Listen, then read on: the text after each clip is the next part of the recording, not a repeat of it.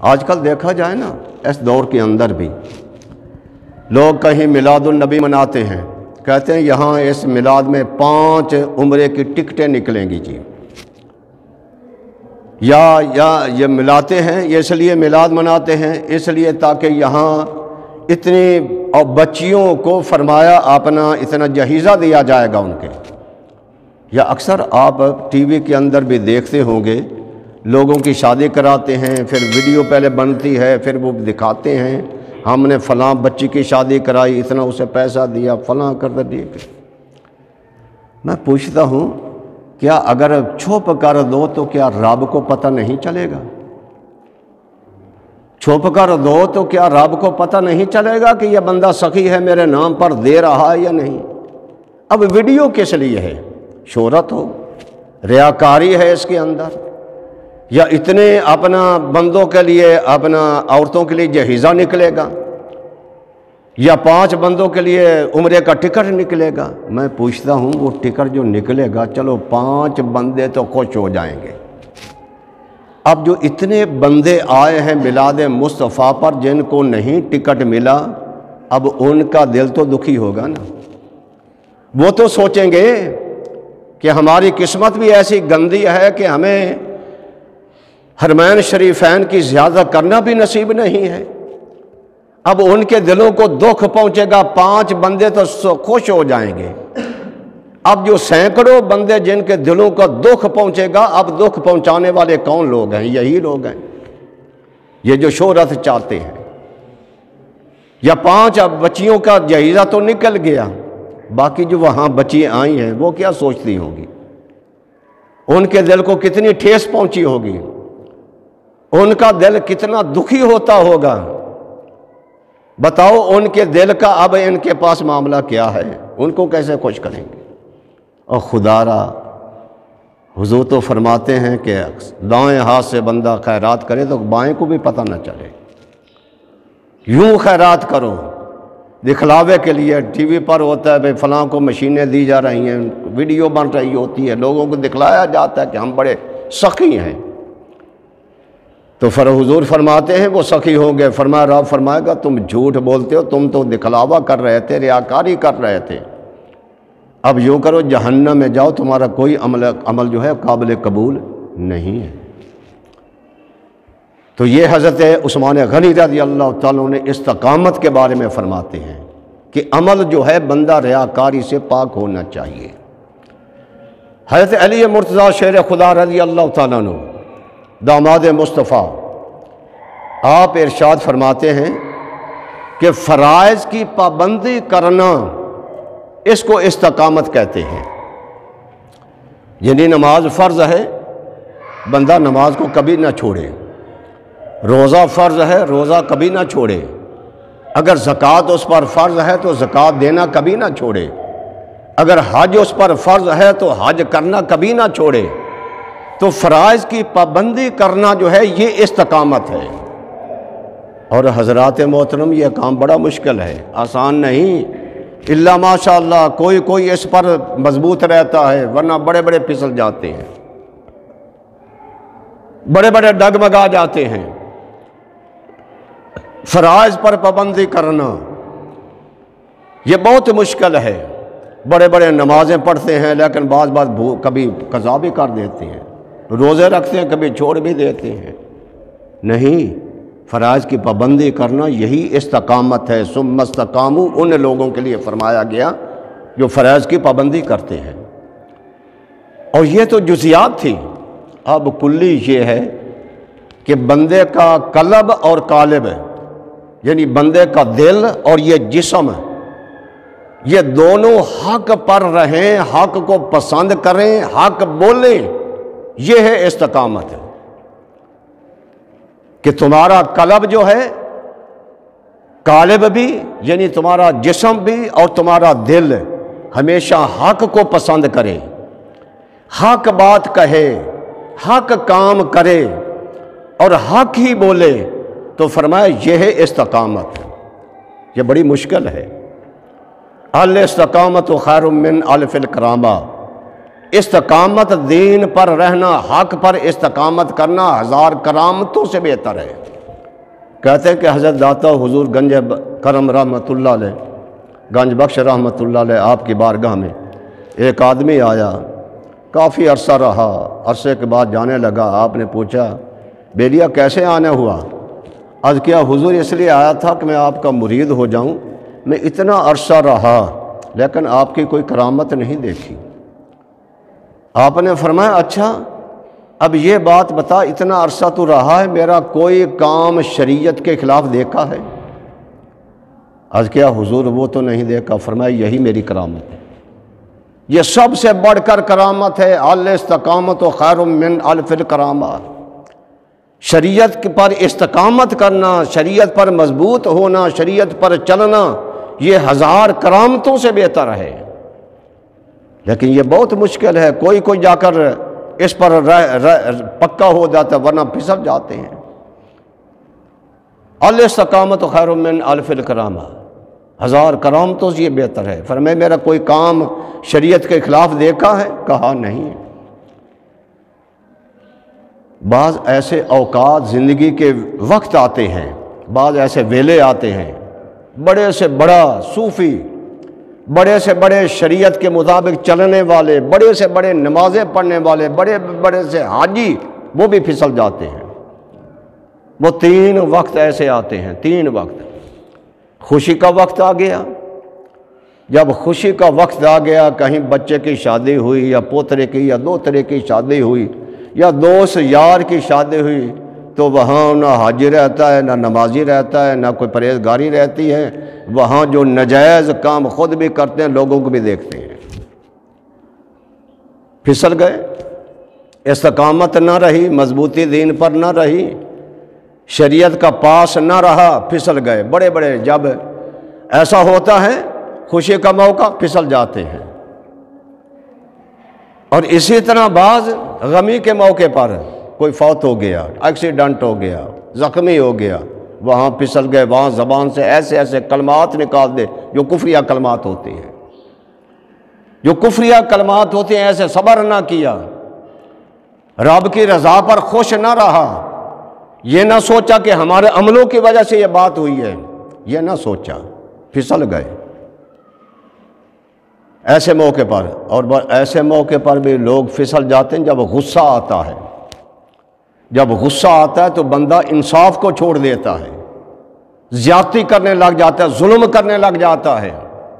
جب غصہ آتا ہے، غصے پر بھی عقل پر کنٹرول ہونا چاہیے، غصے پر کنٹرول ہونا چاہیے، غصے پر انسان کو زیادتی نہیں کرنی چاہیے، کسی پر ظلم نہیں کرنا چاہیے۔ اکثر لوگ پھسل جاتے ہیں۔ یا اسی طرح کسی کو اپنا، میں عرض کر رہا تھا، حضور علیہ الصلوۃ والسلام ایک مرتبہ ایک صحابی غلام کو مار رہا تھا، تو فوراً اس کے کان میں آواز آئی کہ اے مارنے والے ذرا سوچ، تو بھی کسی کا غلام ہے، ذرا تو بھی خیال کر کہ تیرے اوپر بھی کوئی آقا موجود ہے، تیرا بھی کوئی مالک موجود ہے۔ جب اس بندے نے غور سے دیکھا تو حضور صلی اللہ علیہ وسلم کی آواز تھی، فوراً ہاتھ کو روک دیا۔ حضور نے فرمایا میری آواز پر تو نے روکا ہے، میرے دیکھنے پر رک گیا ہے، تو نے یہ نہیں دیکھا کہ خدا بھی دیکھ رہا ہے، خدا بھی دیکھ رہا ہے۔ تو بعض غصے میں آ کر یہ بہت بڑا کچھ کر جاتے ہیں، پھسل جاتے ہیں۔ بڑے متقی و پرہیزگار بھی پھسل جاتے ہیں۔ ثم استقاموا ان کے لیے پھر نہیں ہے۔ کہتے ہیں کہ شاہ جہاں بادشاہ جو تھا ہندوستان کا، اب وہ بھی بادشاہ تھے، مسلمان تھے، کلمہ پڑھتے تھے۔ شاہ جہاں بادشاہ تھا تو اس نے اپنا تخت طاؤس بنایا، تخت طاؤس ایک تخت بنایا، اس پر اس وقت 9 کروڑ روپیہ لگا۔ اب بتاؤ کہ اس وقت 9 کروڑ روپیہ آج ارب و خرب بن جاتا ہے۔ پورے ہندوستان کا وہ بادشاہ تھا، پاکستان بھی اس کے اندر، بنگلہ دیش بھی، سارے ہندوستان کو وہ بادشاہ تھا۔ اب اس نے وہ 9 کروڑ روپیہ لگا کر تخت طاؤس بنایا، اتنا قیمتی۔ اب جب اس پر بیٹھنے کی باری آئی تو سب کو بلا لیا، وزیر، مشیر، عوام، الناس سب اکٹھے ہو گئے۔ تو جب وہ اس کا بیٹھا تو فوراً ہی کھڑا ہو گیا. فوراً کھڑا ہو کر اس نے پہلے 2 رکعت نفل ادا کی. نفلوں کے بعد پھر جا کر تخت پر بیٹھا. لوگوں نے کہا کہ حضور یہ کیا بات ہے؟ انہوں نے کہا کہ یہ میرا ملک تو بہت بڑا ہے، یہ تخت بھی بڑا قیمتی ہے. فرعون جو تھا وہ صرف مصر کا بادشاہ تھا، اس نے ہاتھی کے دانت کا تخت بنایا تھا، اتنا قیمتی بھی نہیں تھا. لیکن جب وہ اس پر بیٹھا تو غرور میں آ کر، تکبر میں آ کر اس نے نعرہ لگا دیا، انا ربکم الاعلی، میں سب سے بڑا رب ہوں. غرور کیا، تکبر کیا، کافر ہو گیا. تو میں اس لیے بیٹھا، فوراً میں کھڑا ہو کر اللہ کی بارگاہ میں جھک گیا ہوں. میں نے اپنے سر کو زمین پر رکھا ہے اس لیے کہیں میرا نفس جو ہے تکبر نہ کرے، غرور نہ کرے، کہیں اس کے دل میں یہ بات نہ آئے کہ پورے ہندوستان کا تو بادشاہ ہے، اتنا قیمتی تیرا تخت ہے، اس لیے میں نے اپنے سر کو پہلے رب کے سامنے جھکا دیا ہے. وہ بھی بادشاہ تھے، وہ بھی بادشاہ تھے، وہ بھی حکومت کے حاکم تھے، اور آج کل بھی حاکم ہیں. آج کو کسی کو کونسلر مل جائے نا وہ بھی خدا بن جاتا ہے.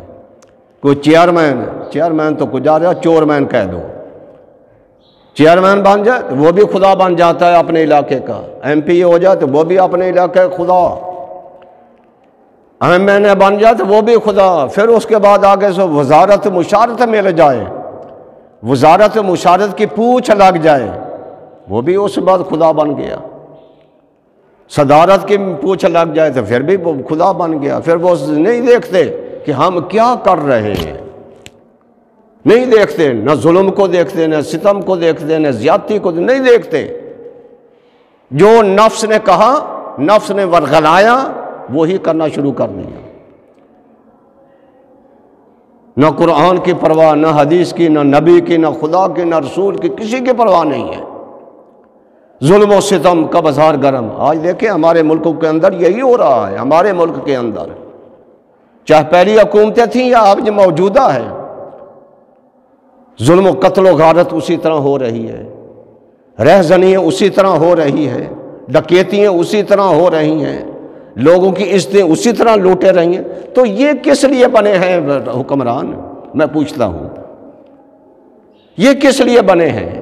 یہ صرف تنخواہ لینے کے لیے، ایئر کنڈیشنوں کے کمروں کے اندر بیٹھنے کے لیے، ایئر کنڈیشنر گاڑیاں استعمال کرنے کے لیے، شہرت کے لیے بیٹھے؟ کس لیے بیٹھے ہیں؟ جب تم سے ملک کے اندر امن نہیں پیدا ہو سکتا، جب ملک کے اندر ڈکیتیاں تم سے نہیں روک سکتی، جب ملک کے اندر کسی کی عزت خراب ہو رہی اسے بچا نہیں سکتے، تو کیوں بنے ہوئے حکومت؟ دفع ہو جاؤ. کیوں بنے ہوئے؟ تمہیں کون سا اختیار ہے؟ میں پوچھتا ہوں. اب وہ لوگ بھی تھے. دراصل بات کیا ہے، وہ لوگ جو تھے نا پہلے بادشاہ، وہ خاندانی تھے، اصلیت والے تھے. آج اکثر جو ہیں بن جاتے ہیں نا وزیر و مشیر، ان کی اصلیت کوئی نہیں ہے، خاندانی نہیں، کمی کارے ہوتے ہیں. پڑھ کر وزیر بن گیا، مشیر بن گیا، لیکن وہ کمینگی ان کے اندر وہ نہیں جاتی، وہ کبھی نہیں ہٹے گی. وہ کمینگی اسی طرح رہتی ہے، ظلم و ستم کرنے لگ خود بھی کرتے ہیں، لوگوں کو بھی کراتے ہیں. کیونکہ ہمیشہ جو اصلیت والا خاندانی بندہ ہو، وہ جس مقام پر بھی چلا جائے وہ اپنی اصلیت کو نہیں بھولتا. اور جو کمی بندہ ہو، کمین جسے کہتے ہیں، اگر وہ کرسی میں لے جائے، اسے حاکم بن جائے تو وہ ظلم و ستم شروع کر دیتا ہے. یہاں سے پتہ چل جائے گا کمین کون ہے اور خاندانی کون ہے، اسے پتہ چل جاتا ہے. وہ خاندانی لوگ تھے. آج یہی ہے ہر کو.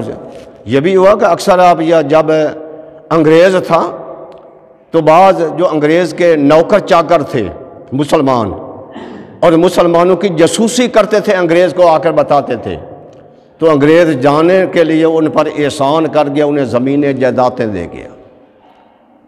تو وہ کون تھے؟ کوئی نائی تھا، کوئی مرس نائی تھا، کوئی مراسی تھا، کوئی اسی طرح چوڑا تھا، جو ان کی جاسوسی مسلمانوں کی کر کے انہیں بتاتے تھے تو جانے مرتبہ اس نے ان پر احسان کیا، انہیں زمینوں کی جائیدادیں، یہ زمین تمہاری ہے، یہ زمین تمہاری ہے، زمینیں دے گیا۔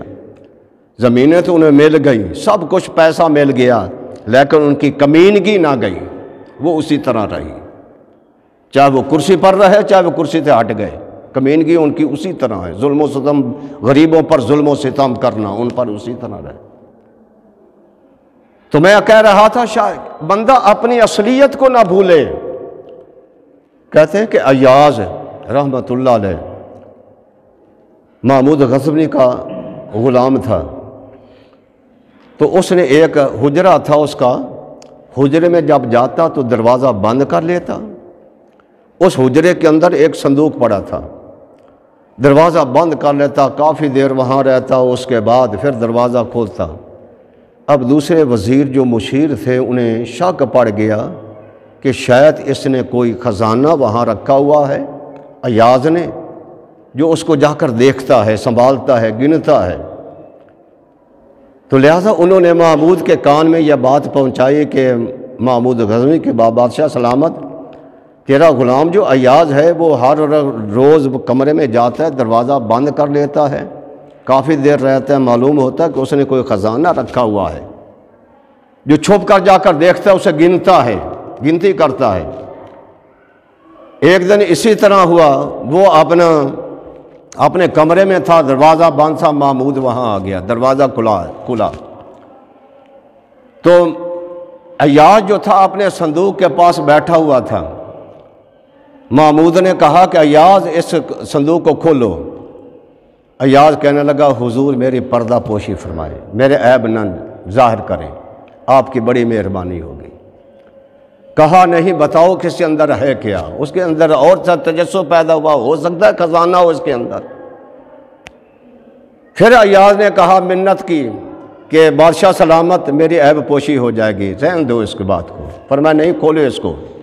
اب جب کھولا صندوق کے اندر کیا تھا؟ پھٹی ہوئی ٹوپی، پھٹا ہوا کپڑا، میلا کچیلا پاجامہ، یہ تھا اس کے اندر، پھٹی ہوئی جوتی تھی۔ کہا کہ ایاز یہ کیا ہے؟ عرض کیا حضور جب میں آپ کے پاس آیا تھا تو یہ میرے کپڑے تھے، یہ میری جوتی تھی، یہ میرا حال، میری اصلیت یہ تھی۔ آج میں ہر روز اس کو دیکھتا ہوں، وہ کپڑے پہنتا ہوں، وہ جوتی پہنتا ہوں، تاکہ مجھے اپنی اصلیت یاد رہے۔ بادشاہ کے پاس آ کر شاہی لباس پہن کر کہیں میرے اندر غرور و تکبر پیدا نہ ہو جائے، اس لیے میں آج دیکھتا ہوں، ہر روز آ کر اپنی اصلیت کو دیکھتا ہوں۔ تو آج کل تو بندہ اصلیت، چار پیسے آ جائیں تو اصلیت بھول جاتا ہے۔ اللہ کے نبی نے آج سے 1500 سال پہلے ارشاد فرما دیا تھا، قرب قیامت ننگے بدن ہوں گے، کپڑے ان کے میلے کچیلے ہوں گے، سر ان کے ننگے ہوں گے، تہ بند پھٹا ہوا ہوگا، تو بڑی بڑی بلڈنگیں بنائیں گے، بڑے بڑے کوٹھیاں بنائیں گے، محل بنائیں گے، اس پر فخر کریں گے۔ یہ اللہ کے نبی نے آج سے 1400 سال پہلے فرما دی، آج وہی ہو رہا ہے۔ اگر یہ جتنے جو ہیں محلات والے، اگر ان کی پیچھے عصری ماضی کو دیکھا جائے تو ان کے دادا پردادا، یہ ان کے بڑے جو ہے بھیک مانگ پر کھاتے تھے، یا لوگوں کے کمین تھے، اگر ان کو دیکھا جائے تو۔ یہ اللہ کے نبی نے پہلے ارشاد فرما دیا، ایسا دور بھی آئے گا قرب قیامت، یہ وہی ہو رہا ہے۔ تو ایاز نے کہا حضور میں اپنے یہ اصلیت کو یاد کرتا ہوں تاکہ مجھے اپنی اصلیت یاد رہے۔ اب بادشاہ کے پاس بہترین کھانے ملتے ہیں، بہترین لباس پہنتے ہیں، میں اپنی اصلیت کو نہیں بھولا، یاد رہتا ہوں۔ بندے کو اپنی اصلیت یاد رہنی چاہیے، اکثر بھول جاتے ہیں، پیسہ آ جائے بھول جاتے ہیں۔ تو میں حضرت شاہ جہان کے بارے میں بات کر رہا تھا۔ شاہ جہان نے جب دلی کی جامع مسجد کی اینٹ رکھنی تھی، افتتاح کرنا تھا، اس نے وہاں سب کو بلا لیا، وہاں عالم بھی ہیں، صوفی بھی ہیں، بڑے بڑے مقرر، محدث، سب مفسر سب موجود ہیں، وزیر و مشیر، عوام الناس بھی ہیں، سب اکٹھے ہو گئے۔ بادشاہ نے اعلان کیا کہ اینٹ وہ رکھے مسجد کی پہلی کہ جس نے نماز تہجد قضا نہ کی ہو۔ نماز تہجد، دوسری نمازیں تو 5 ہیں، وہ چھٹی نماز ہے، جو حضور پر فرض تھی، فرمایا جس نے نماز تہجد کبھی قضا نہ ہو وہ اینٹ رکھے۔ بڑے بڑے مفتی بھی موجود ہیں، عالم بھی، بڑے بڑے پارسا نیک، کوئی بھی آگے نہ بڑھا، کوئی بھی آگے نہ بڑھا اینٹ رکھنے کے لیے۔ تو خود شاہ جہان نے خود اینٹ اپنے ہاتھ سے رکھی، کہا کہ آج تک میری نماز کبھی تہجد بھی قضا نہیں ہوئی۔ اور جس کی نماز کبھی تہجد قضا نہ ہوئی ہو، بادشاہ ہو سارے ہندوستان کا، تو بتاؤ اس کی نماز کیسے قضا ہو سکتی ہے؟ نماز اس کی کیسے قضا ہو سکتی ہے؟ اور آج کل ہمارے حکم جن کو نماز آتی ہی نہیں ہے، اکثر آپ نے دیکھا ہوگا یہ ٹی وی پر جب کہیں عید پڑھنے کا موقع ہو نا، تو فلاں وزیر فلاں مشیر جو ہے وہ نماز پڑھ رہا ہے، تو ہاتھ اسے یہ نہیں پتہ ہوتا کہ دایاں ہاتھ نیچے رکھنا ہے، بایاں ہاتھ اوپر رکھنا ہے۔ دایاں ہاتھ یعنی سجا کھبا ہاتھ نیچے رکھنا ہے اور سجا ہاتھ اوپر رکھنا ہے، اسے یہ بھی نہیں پتہ ہوتا، یوں ہاتھ باندھ لیتے ہیں، یعنی بایاں ہاتھ اوپر اور دایاں ہاتھ نیچے۔ پھر اس کے بعد ہاتھ کھڑے ہوتے ہیں، آپ نے کبھی غور سے دیکھا ہو تو یوں دیکھتے رہتے ہیں، ادھر ادھر دیکھتے رہتے ہیں، انہیں یہ بھی نہیں پتہ کہ نماز کیسے پڑھی جاتی ہے، کہاں دیکھنا ہے یہ بھی نہیں پتہ ہوتا۔ تو جب ان کے کھڑے ہونے کا طریقہ ہے تو بتاؤ انہیں نماز بھی آتی ہوگی؟ نماز تو کجا، نہ نماز آتی ہے، نہ آیت الکرسی آتی ہے، نہ دعائے قنوت آتی، کچھ بھی نہیں، یہاں تک انہیں وضو کرنے کا طریقہ بھی نہیں آتا۔ اور آپ نے پچھلی حکومتوں کے اندر دیکھا ہوگا کول شریف نہیں آ رہا تھا، وہ جی اتنا پڑھا ہوا ہے لکھا ہوا ہے کول شریف وہ نہیں آتا، جو ہمارے کو خاتم النبیین کہنا نہیں آتا، یہ حال ہے ہمارے حکمرانوں کا۔ تو بتاؤ جب ایسے لوگ اسمبلی کے اندر آئیں گے تو سارے ملک کے اوپر نحوست نہیں پڑے گی تو اور کیا ہوگا؟ سارے ملک کے اندر ساری عوام پریشان نہیں ہوگی تو اور کیا ہوگا؟ سارے ملک کے اندر چیزوں کے اندر برکتیں ختم نہیں ہوں گی تو اور کیا ہوگا؟ پھر وہاں عورتیں ہوتی ہیں جن کو پتہ نہیں ہوتا پاکی پلیتی کا، ان کو بھی پتہ نہیں ہوتا کہ پاکی پلیتی، اگر ان سے پوچھا تو وضو کرنے کا طریقہ وہ نہیں آتا ہوگا، غسل کرنے کا طریقہ وہ نہیں آئے گا، استنجا کرنے کا طریقہ نہیں آتا۔ وہ جو عورتیں ہوتی ہیں وہاں اسمبلی کے اندر، انہیں پتہ نہیں ہوتا پاکی پلیتی کیا ہے۔ تو جب اسمبلیوں کے اندر وہاں پاکی پلیتی کا بھی تمیز کوئی نہ ہو تو پھر ملک کے اندر سوا بے برکتی کے سوا، نحوست کے سوا، پریشانی کے سوا اور کچھ بھی نہیں ہوگا، یہ یاد رکھ لیں۔ شاہ جہان نے کہا کہ جس کی نماز تہجد قضا نہ ہوئی وہ اینٹ رکھے، پھر کہا کہ آج تک میری نماز تہجد قضا نہیں ہوئی۔ وہ بھی بادشاہ تھے، وہ بھی حکمران تھے، اور آج ہمارے حکمران بھی ہیں۔ کہتے ہیں کہ جہانگیر بادشاہ جن کا یعنی کہ مزار جو ہے یعنی آستانہ بھی یہ اپنا دل رابی کے دوسری طرف ہے، جہانگیر بادشاہ اس کا ایک نوکر تھا جس کا نام عبداللہ تھا۔ ایک دن اس نے کہا عبدل بات سن میری۔ غلام نے کہا حضور مجھ سے کون سی گستاخی ہوگی، پورا نام نہیں لیا میرا۔ آپ فرمانے لگے کہ میں بے وضو تھا اس لیے میں نے عبداللہ یعنی اللہ کا نام میں نے نہیں دیا، بے وضو تھا میں۔ ایسے بھی حکمران تھے کہ ہر وقت با وضو رہتے تھے، لیکن جن کو وضو کرنے کا طریقہ بھی نہ ہو ان کا کیا حال، ان کا کیا کیا جائے؟ کہتے ہیں کہ جہانگیر بادشاہ جو تھا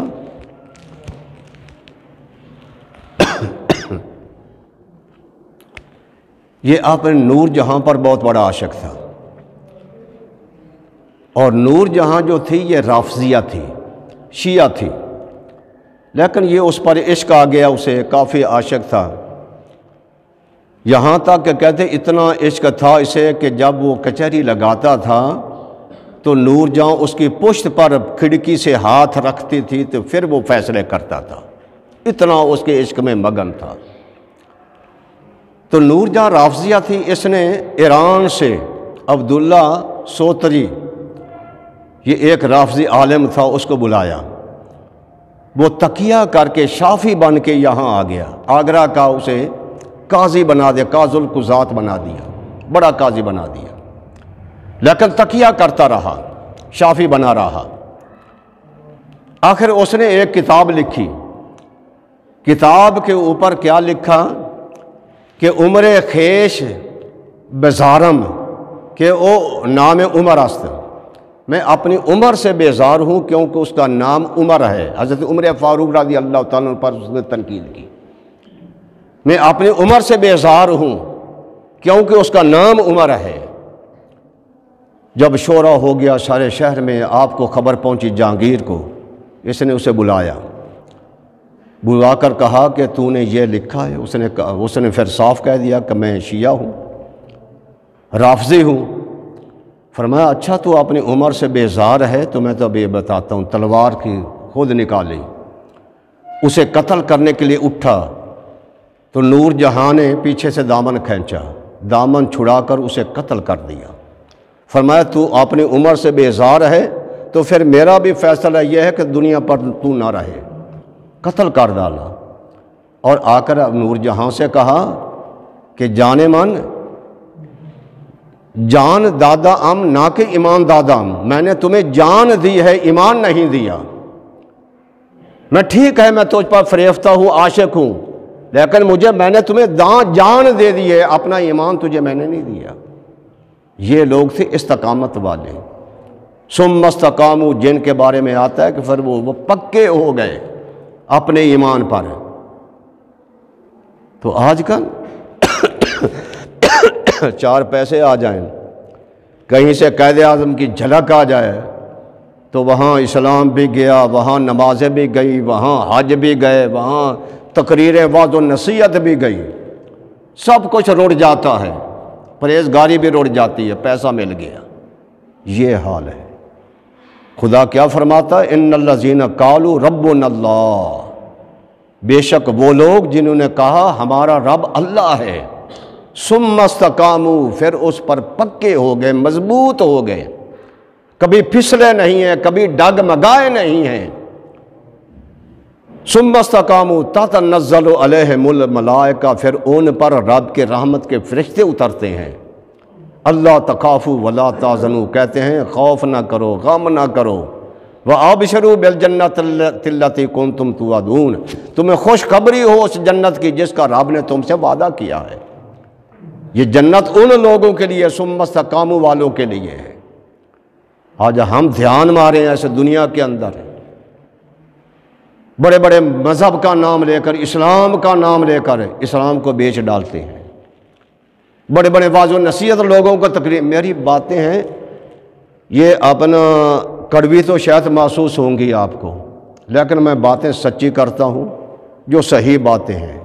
میرے اندر کوئی غلطی ہو تو میں ہی اپنے آپ کو سنوارنے کی کوشش کرتا ہوں کہ میں سنور جاؤں، تو اس لیے میں سنوارنے کی کوشش کرتا ہوں۔ سچ بات جو ہے وہ بہت مشکل ہوتی ہے انسان کو سننا اور اس کو پہچاننا۔ اور جیسے بابا بلے شاہ رحمۃ اللہ علیہ فرماتے ہیں سچ آکھیاں بھانبڑ مچدا ہے، سچ آکھیاں بھانبڑ مچدا ہے، یعنی سچ بولو تو لوگوں کو آگ لگ جاتی ہے، بھانبڑ مچدا ہے۔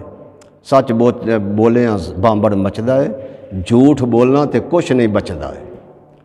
پھر جھوٹ بولو تو کچھ نہیں بچے گا، ختم ہو جائے گا سب کچھ۔ تو حضرات محترم میں عرض کر رہا تھا کہ ثم استقاموا، استقامت جو ہے یہ بہت بڑی چیز ہے۔ استقامت کے لیے یہ خوشخبریاں ہیں جو قرآن کہہ رہا ہے۔ تو وقت بھی ہو چکا ہے، باقی اسی آیت مبارکہ کے بارے میں آئندہ بھی عرض کریں گے۔ اللہ جل مائدہ ہم سب کو قرآن پڑھنے کی، سمجھنے کی، سننے کی اور حدیث مصطفیٰ پڑھنے، سننے، سمجھنے اور عمل کرنے کی توفیق عطا فرمائے۔